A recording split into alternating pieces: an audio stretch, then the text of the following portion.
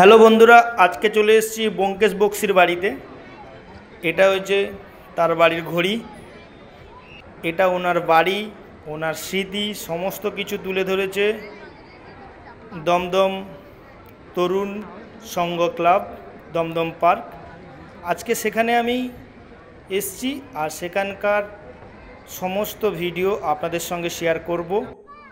এই যে লাইনে অপেক্ষা করছি মণ্ডপের মধ্যে ঢোকার জন্য, পুজো প্যান্ডেল দেখার জন্য। তো কলকাতার প্যান্ডেল লাইন তো আপনাকে দিতেই হবে, আর গেট স্টেপ বাই স্টেপ থাকবে। সমস্ত কিছু পেরিয়ে আপনাকে ঢুকতে হবে পুজো মণ্ডলে। আর যারা নতুন তাদেরকে অবশ্যই বলবো তাড়াতাড়ি করে সাবস্ক্রাইব করে দিন, পরের ভিডিওগুলো আপনারা দেখতে পাবেন। আর আগের ভিডিওগুলো রয়েছে সেগুলো আপনারা দেখে আসতে পারেন।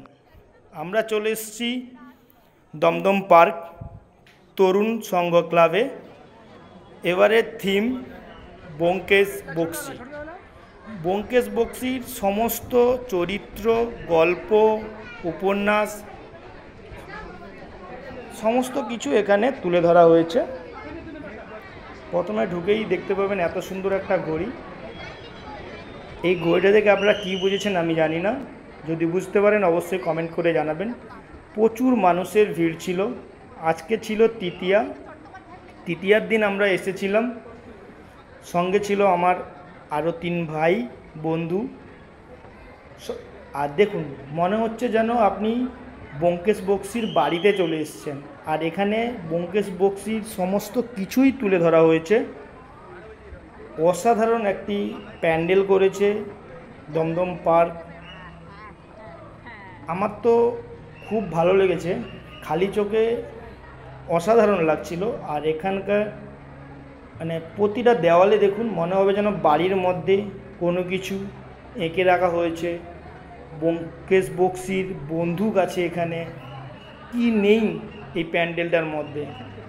প্যান্ডেলটায় ঢুকলেই আপনার মনে হবে আপনি মনে হয় ব্যোমকেশ বক্সির বাড়িতে চলে এসেছেন। প্রতিটা মানুষের হাতে ক্যামেরা, সবাই ক্যামেরা বন্দি করছে এই মুহূর্তগুলো, কারণ পুজো শেষ হয়ে গেলে এইটা আর দেখতে পাবো না আমরা।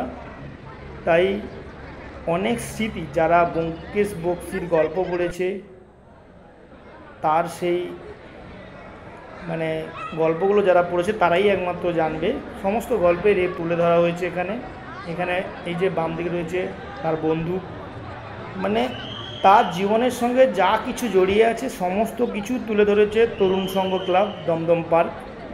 আমার তো খুব ভালো লেগেছে। আপনাদের কেমন লাগছে অবশ্যই কমেন্ট করে জানাবেন। সামনে রয়েছিল ব্যোমকেশ বক্সির ডায়েরি, কি নেই এখানে তুলে ধরেছে। আরও আপনাদের সামনে দেখাবো, দেখবেন কলকাতা যে পুরো আমাদের ইতিহাস সেটা। আর সামনে রয়েছে চিড়িয়াখানা, এই দিক দিয়ে আমরা বেরিয়ে যাব। আমরা দমদম পার্কে চলে এসেছি। বলো, খুব সুন্দর হয়েছে। আর কিছু সুন্দর, কলকাতার ঐতিহ্য তুলে ধরেছে, খুব সুন্দর হয়েছে। তোমার কেমন লাগছে? একবার সুযোগ পেলে আমরা আসছি নতুন জায়গা। সুন্দর, জোরে বলো। সুন্দর, খুব সুন্দর লাগছে, সুন্দর বানিয়েছে। প্রথমবার দেখলাম কলকাতা দিয়েছে। লোহার বিস্কুটটা একটু তুলে ধরো, আর এখানে একটু তুলে ধরো।